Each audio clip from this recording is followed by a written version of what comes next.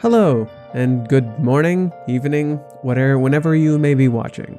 It's March 20th today. Oh, exactly. And if you guys didn't know, if you're a Rent-A-Girlfriend fan and you're interested in these videos, it's Sumi's birthday.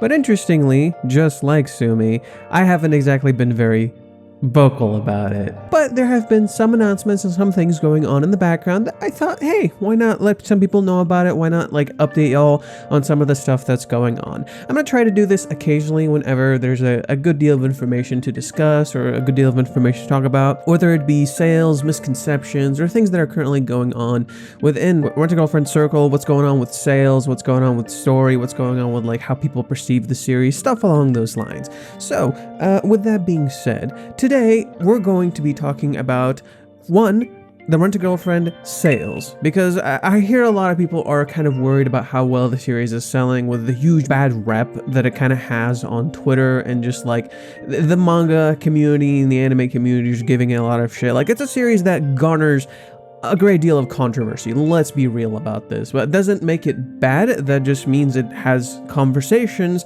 that leaves people divisive, and with those kinds of things, it's actually ends up being kind of a good kind of story, because usually the stories that everybody can just agree with, like, yeah, it's great and all, but when a story is divisive, it generally means it kind of has something new to bring to the table, something that most other series would not discuss. I think with this particular series, it's literally the discussions, how it presents itself, and among a few other things that lead to all the misconceptions it has. So one of the things I hear a lot is that, again, people are kind of worried about the sales of the series.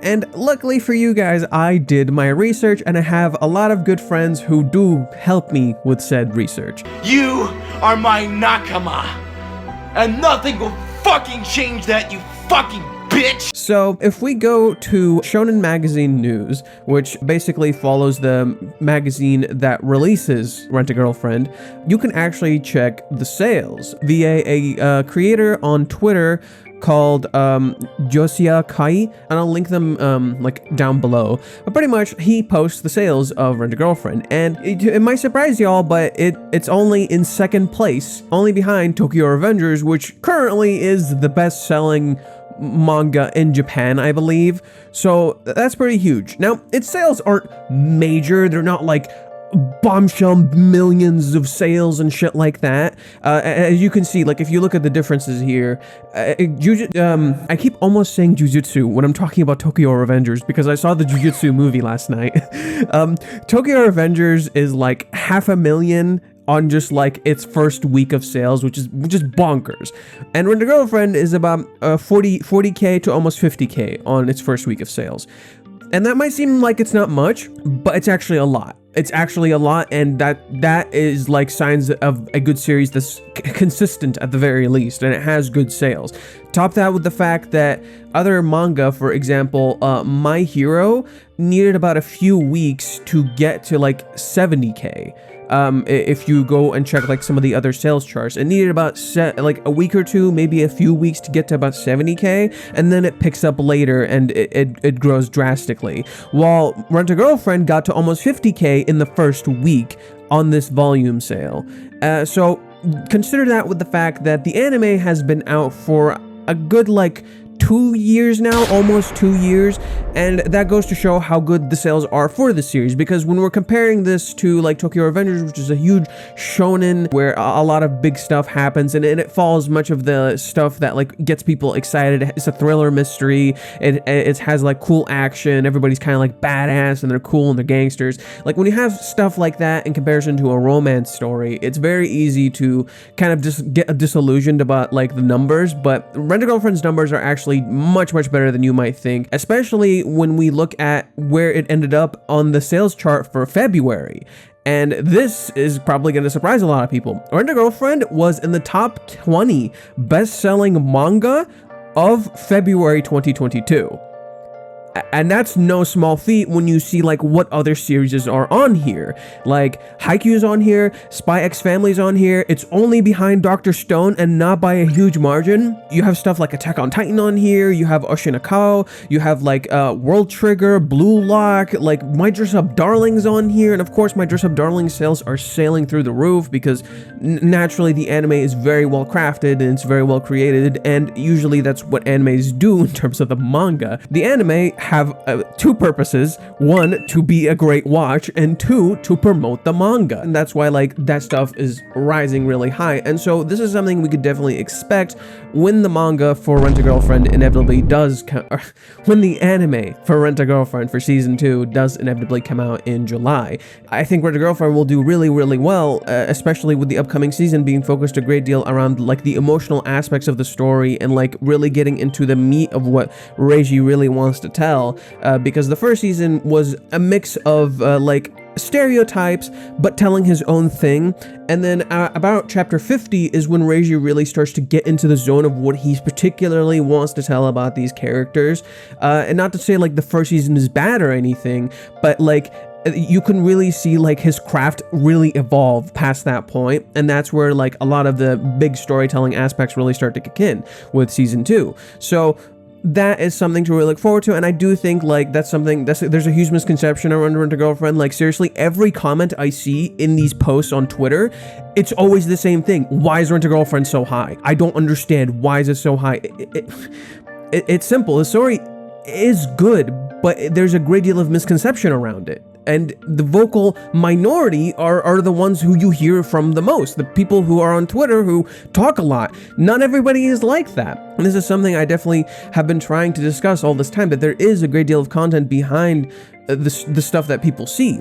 So, you know, that's the first thing I wanted to touch on for today, which is the sales. So yeah, I hope this kind of showed you guys that the sales for Rent-a-Girlfriend are in fact good, especially in comparison to the stuff that's like really heavy hitting right now and really popular. You know, I'm something of a scientist myself. And now we get into another aspect of this.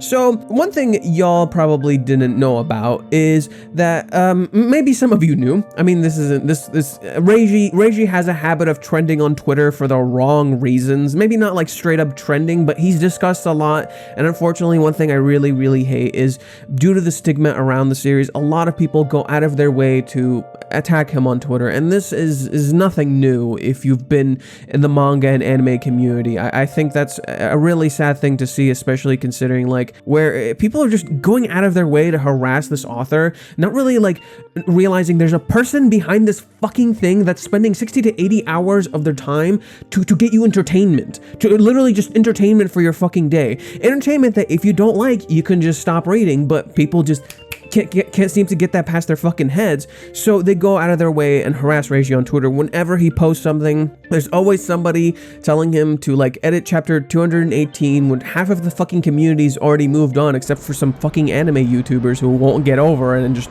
constantly mention NTR. I'm in a glass case of emotion! And I already have a lot of thoughts on that I haven't actually like made a proper video about. And then you have like shit like people just actively being rude as hell to him whenever he posts stuff. So it's just stuff that's kind of really sad to see with how much like shit Reiji gets on Twitter. That's just one thing that really bothers me about like these types of communities, is that there's always these people who just have to ruin it for someone else. And this is kind of the reason I really want to make these kind of wholesome like videos where I like kind of discuss and talk about this shit rather than, you know, make stupid memes all the time. Like I try to like mix memes and wholesome shit, which is ironically what Reiji tries to do with his storytelling. He mixes like comedic aspects with more like actual really heavy topics like in between, and a lot of it is mixed in with like how he writes the story. It's mixed in with subtext. It's mixed in with like how he structures the narrative, and just all sorts of stuff that I think just kind of flies over people's heads simply for the fact that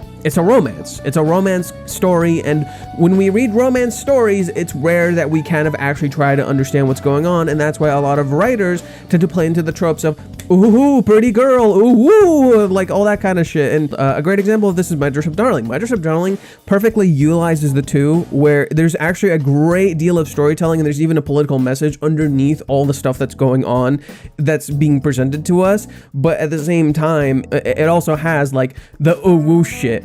I know I strayed off topic here, but the point I was trying to get at is Reiji made a crowdfunding to promote Rent a Girlfriend, to promote not just the anime but the manga. But what's interesting is this was also done for the 5th anniversary of the series, which is around the same time that the anime comes out, during summer in July. And so if we go to the crowdfunding website, Reiji wrote kind of what he wanted to do here, what he wanted to illustrate here, and he kind of points out that he draws manga. That's what he does, and that's his focus, that's how he earns money. But he kind of wanted to take a step further. He wanted to kind of put himself out there a little bit and really try to help advertise the anime and the manga to everybody, and at the same time kind of give us a nice thank you for all the help and all the support that we've given him. So this is why he created the crowdfunding, and this is why in Shibuya Station he actually put out an image where if you go to Shibuya Station you're able to see this. And of course the support has been so huge for the crowdfunding, but that they actually extended it outside of Shibuya, and other people outside of that specific area are able to, you know, get involved with this and be able to support this. So this will be a tad bit of spoilers, so if you're an anime only, do be warned, but the reason Reiji does this is specifically kind of tied into the manga. So if you guys don't care, continue. If you do guys care, then okay.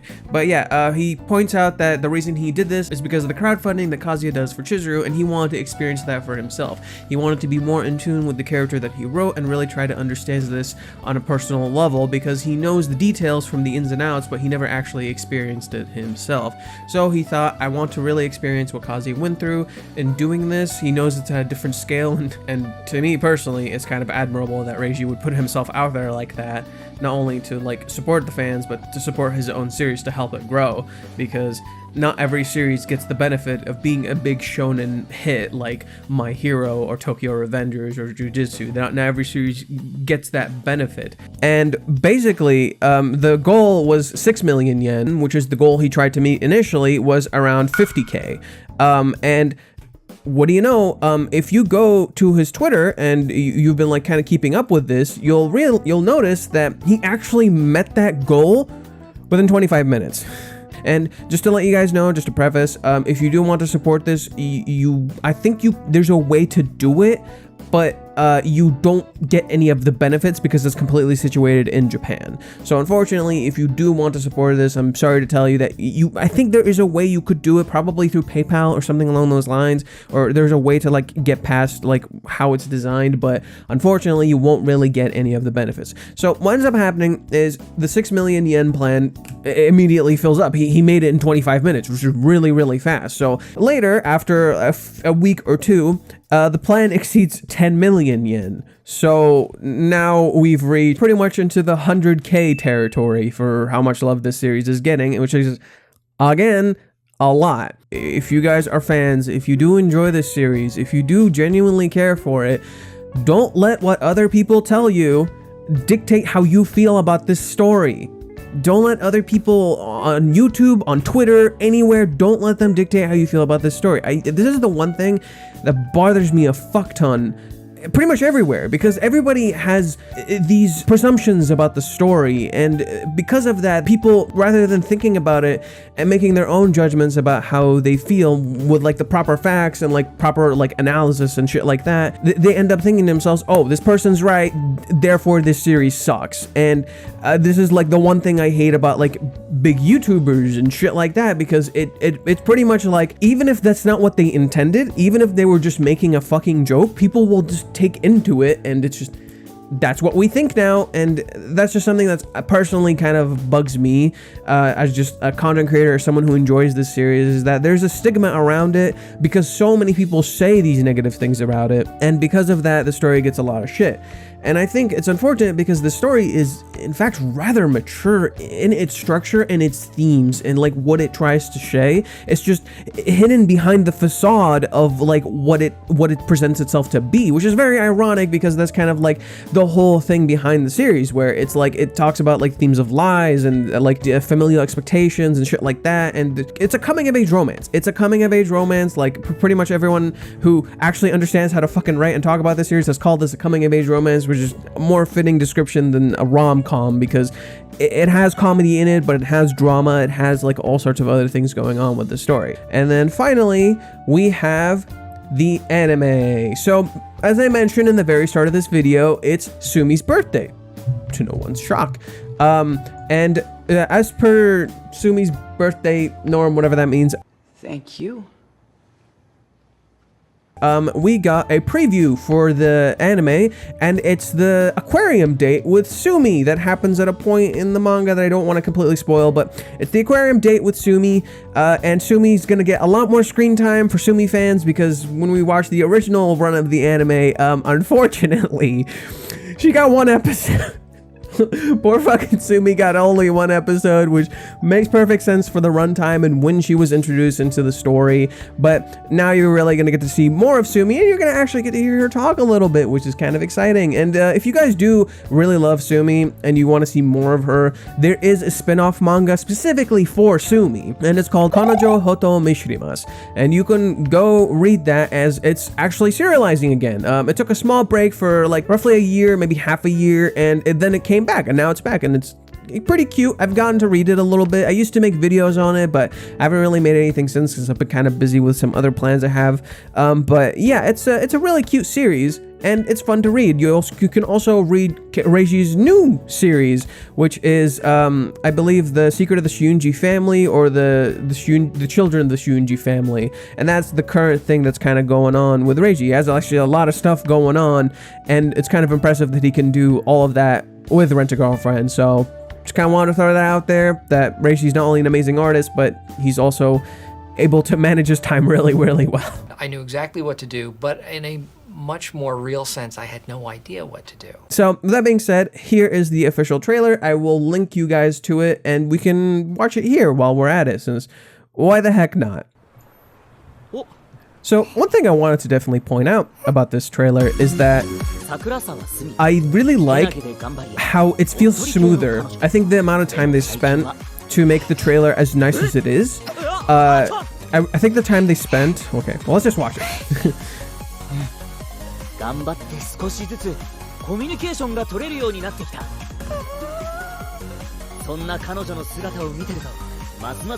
god. Yeah.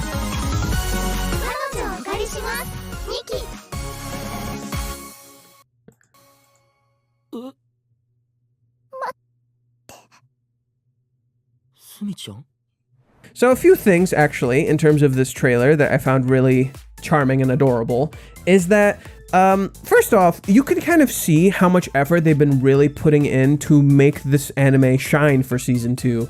As in the first season, Kana Hirayama, who was the chief animator, I believe it was her first anime, and she's starred in new things since.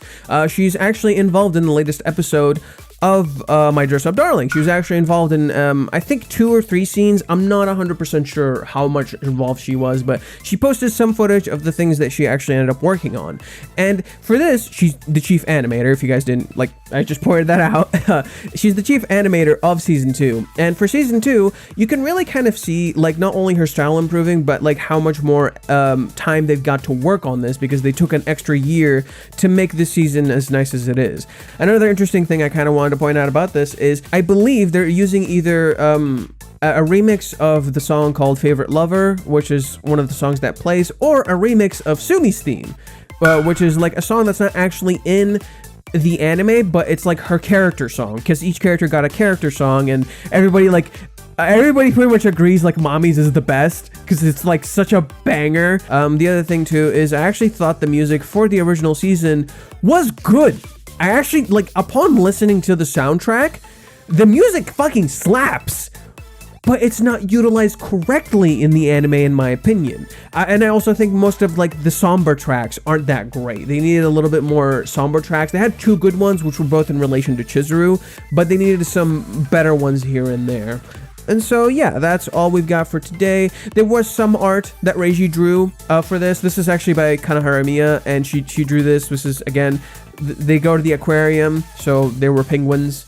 But this isn't what she wears, which is the funny part. She wears the outfit that she's wearing in the background. I have a Sumi figure where she wears the exact outfit in the background. I'm trying to, like, there we go. Yeah. I have that figure. Again, because it was Sumi's birthday, Reiji drew this. And funny enough, most of Sumi's story in terms of the Kanojo Hoto Mishirimas is pretty much imagine Kazuya's inner monologues, but now is food. Yeah, that's what I've had to say for today. I hope you guys enjoyed all of these announcements, all the things that have been going on, all the news that's been happening. I hope this was kind of fun and maybe informative to you guys. I can be a little bit more informative in like a more fitting setting, but I thought I'd make this video. We'll see what happens moving forward. I'll keep you guys updated on the anime. I do want to make a comparison between the original anime run and the manga and say my feelings on it, because I feel like there are times where the anime does it much better, structurally and maybe narratively, in terms of how it's paced, for example, because earlier parts of the series do have some stuff where you could kind of fix it up and make it a little smoother, but now currently the pacing is perfect, while there are also times where I feel like the anime low-key butchered the scene because of how it was structured and presented. So that's all I've had to say for today. If you guys enjoyed this content, please subscribe, hit the like button, hit the bell icon to keep up with the uploads. And I have been Fate, and I will see you guys tomorrow for chapter 228 of Rent a Girlfriend. And naturally, I don't read any spoilers. Remember? Let's mosey. Oh.